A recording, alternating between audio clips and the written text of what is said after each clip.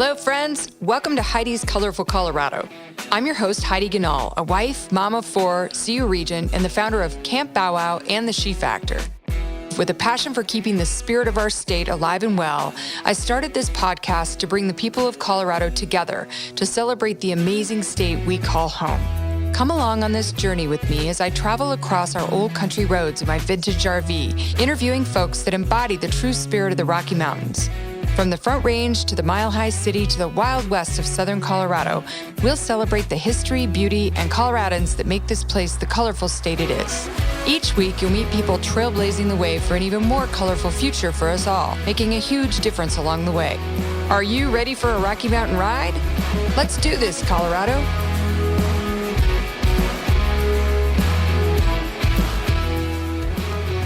Hello, everyone. Welcome to Heidi's Colorful Colorado. I am really excited to have Nick Muerdter here today. He created an incredible tool to help us navigate COVID. I'm going to let Nick basically introduce himself, but I just can't say enough good things about how innovative and cool this was, Nick. And talk about entrepreneurs solving a problem. You nailed it. So, Nick, tell us a little bit about yourself and how you came up with this idea. Well, thanks. Yeah. So through sort of roundabout set of circumstances, I ended up creating vaccinespotter.org, which is a website that tries to help people find vaccine appointment availability for the COVID-19 vaccine. Really this started back in February as a result of talking with some coworkers that were really struggling to find vaccine appointments for their parents and loved ones at the time. And I was just trying to figure out a way that I could help. I'm a software engineer. And so, Vaccine Spotter is sort of what I ended up creating that tries to go out and find vaccine appointments on pharmacy websites and sort of gather that information in a easier to find place. Well, you made a lot of people's lives a lot easier. I know that especially my parents, when the vaccine first came out and they were trying to find it, they were trying to navigate all the different websites and mapping out where they were possibly going to be able to get one. It was crazy hard. And what you've done is made one part of our life simpler, which I know parents, grandparents, all of us are very grateful for that because life is really complicated right now.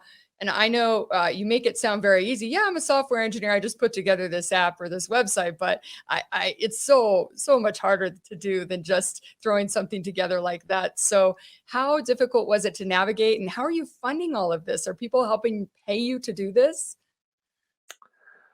It's definitely not been without its challenges to do this type of thing. Like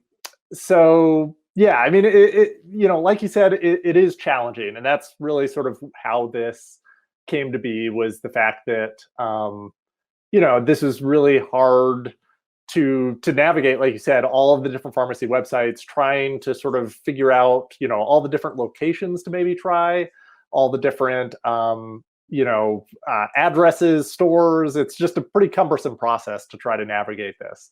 And so that's essentially how this came to be, was to sort of try and make that process easier by automating a lot of that. Because, those type of tasks of trying a bunch of different zip codes or trying a bunch of different stores or stuff like that has been, is really time consuming and hard for people to do. But that's something that, hopefully computers are better at doing. It's definitely been it has its challenges to do this sort of thing, because, all of this is sort of unofficially scraping the pharmacy's websites or other providers' websites. So that sort of is how it works, is it tries to automate the process that you would have to go through as a person, going to all these different websites, but just having a computer do that. But there's challenges with sort of figuring out how each pharmacy website works and integrating data and dealing with their systems blocking my type of scripts accessing their data. It's been sort of a whirlwind to try to keep up and try to keep things. And there's also just been changes to, how the pharmacies operate their vaccine programs and stuff like that. I don't know if that sort of answers your question, but to answer another question in terms of funding, this has basically just been, I started doing this just to try to help people. I did eventually, lots of people wanted to donate. People, I think, just felt compelled. They really wanted to sort of help out, which I really appreciated people's generosity. So I did finally start I sort of collected some donations. I point people in the direction of some other nonprofits that I think are really good to donate to, because I'm trying to keep my costs as low as possible. But I am sort of accepting some donations to cover just my direct costs in terms of the website and hosting that. But any excess stuff I get, I'm going to donate to other charities that are doing good work in the COVID world. So yeah, but it's largely just sort of a labor of love at this point. So. Well, we sure do appreciate that. Colorado's filled with great entrepreneurs doing things like this and helping others. I read in the bio that you've been in Colorado for 12 years. Where'd you come from and why did you move to Colorado? Yeah, I'm originally from Western North Carolina. So up in the mountains of North Carolina outside of Asheville. I went to school up in Rochester, New York, and I actually came here from Rochester. So I came here directly out of school. I actually found an internship, a summer internship at the National Renewable Energy Lab, where I still work. And yeah, that has worked out really well. So I came out here for the job, and it was an internship that turned into a full-time job, and I just really like it there. And so, yeah, that's how I wound my way out here.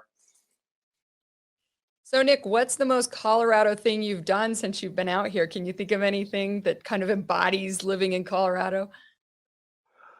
Oh boy, that's tough. I mean, I am sort of just a nerdy person that like I'm not necessarily a skier, and yeah, so like when I moved to Colorado, most people are like, "Wait, why are you moving to Colorado? Like you don't ski?" So I am used to some of that feedback. But yeah, I don't know. I mean, I do enjoy everything that Colorado has to offer. It's nice to sort of get out there and see the beautiful mountains out here and sort of everything else. I don't know if there's been anything particularly Colorado that I've done. I've run one marathon. That's about the extent of my like hardcore, being outdoorsy. But I, of course, actually trained here and then went to sea level to actually run. So that was sort of my cheating way to do that. Well, that's a pretty Colorado thing to do. If you've run a marathon, I think that qualifies. So we'll check that box. Thanks. Nick, healthcare problems in healthcare have been a conversation that's ongoing for many, many years, right? And we're trying to tackle it, make it even better in Colorado. We've got a pretty good healthcare system here, but you came up with an idea that a lot of big companies weren't able to do in a nimble or, fast, efficient way. Have you been approached about doing anything else in the healthcare segment or, like solving another problem in that area? Because dang, we could sure use your smart approach on that end. Yeah, no, I don't. Yeah, I mean that's a tough one. I have sort of been approached by some companies in the healthcare world, as well as some, state, local, and federal governments that have sort of been using a lot of the data that I've been able to supply. But a lot of that's just been collaborative. So that's just sort of been trying to figure out the best way to help in the current situation.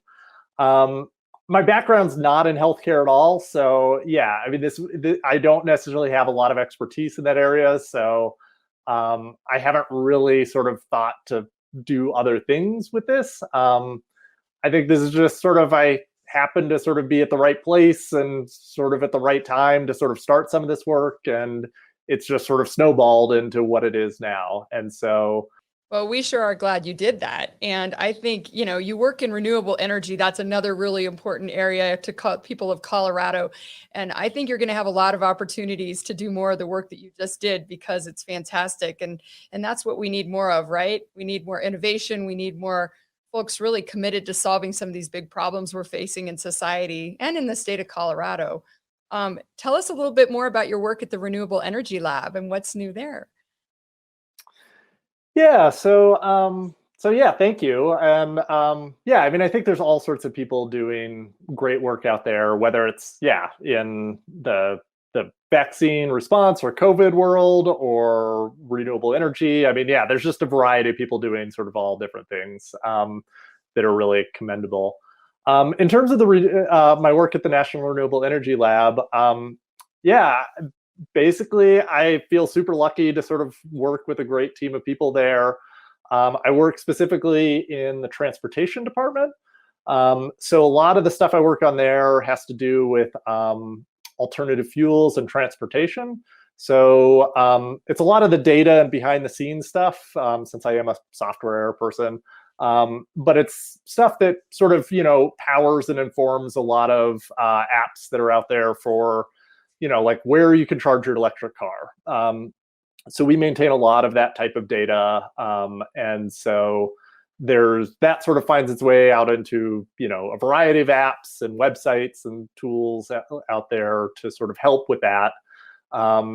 And so yeah, we're involved with that. And I think there's just a lot of stuff happening right now in that sphere, which is really exciting to see in terms of sort of, what the next 5-10 years will look like in terms of adoption of some of these technologies and whether or not they become easier to use and and just more feasible for more people. Hopefully you can come up with a way to get us up skiing a lot quicker than I-70. Maybe that could be a big, audacious, hairy goal for you to tackle. That might be slightly outside of my scope of things I could do on my computer and keyboard, but yeah, that I definitely know a lot of people would like that. So Nick, I wonder, did you catch the entrepreneur bug by doing this? We won't tell National Renewable Lab if you want to go up and start a new venture. You can do it as a side hustle, I'm sure, but obviously this was a very entrepreneurial venture, and that's near and dear to my heart. I'm an entrepreneur. I've started several businesses, and just starting this podcast is a whole new adventure. But did you like doing that? What did you find challenging about starting this venture? Yeah, that's a good question. I mean, I would say no, I do not have the entrepreneurial bug. I think just I know myself well enough to know that I do not have that in me.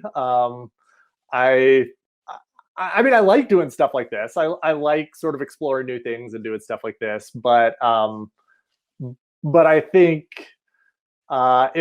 if the pressure were actually on me to like actually do something for business and not just for sort of this, which is sort of just to help people, and there's no like I don't know, there's no business model behind this. There's none of that, and I'm good with that sort of thing. But yeah, I think I just sort of know myself well enough to know that I would not do well if I was actually trying to do something like truly entrepreneurial for like business purposes, because I do not have any business like capabilities at all. I just sort of like doing things that are interesting and fun, and this seems to have been useful, which is nice.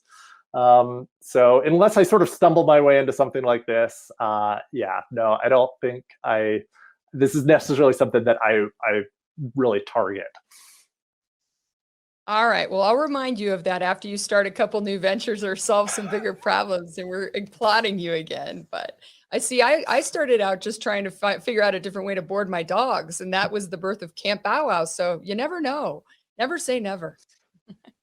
True. Yeah. I mean, it is sort of, yeah. I mean, a lot of times things are like this. So just sort of you start something and it just sort of winds its way into something bigger. But right now, I don't have any plans for this to become any bigger. Like my real goal for this type of website is that it will cease to exist, because then that will mean that, hopefully we're all vaccinated or vaccines are easier to come by, which we're already seeing that vaccines and appointments are easier to come by. So yeah, I mean, if this website can sort of reach its end of life, I think that will be a very good thing.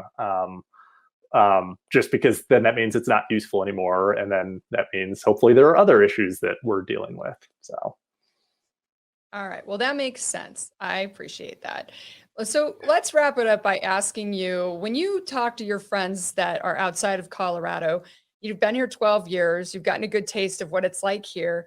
How do you explain the spirit of Colorado, or kind of what the essence of Colorado is?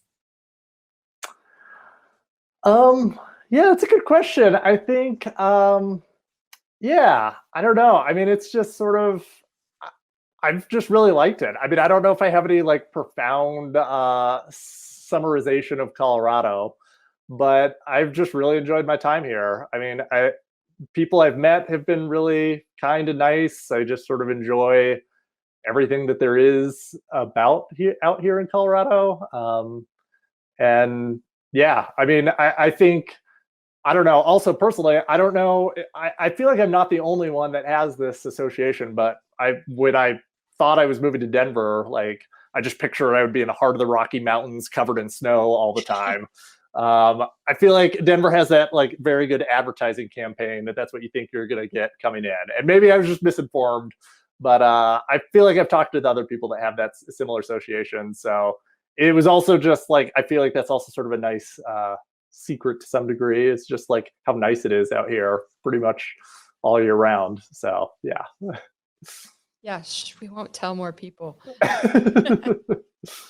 Being in the transportation segment, you could appreciate our roads are pretty full right now. But well, thank you, Nick. Thank you so much for being with us today. And we applaud you for creating such an incredible tool that's been so valuable to so many people. And we hope you will keep solving big problems like this as a side hustle, because I think there's a lot of them out there that we have to tackle. But thank you again. And I look forward to meeting you live someday. Yeah, well, thanks so much for having me. It was really nice chatting. Thank you for joining us today on Heidi's Colorful Colorado. If you enjoyed this conversation, don't forget to rate, review, and subscribe.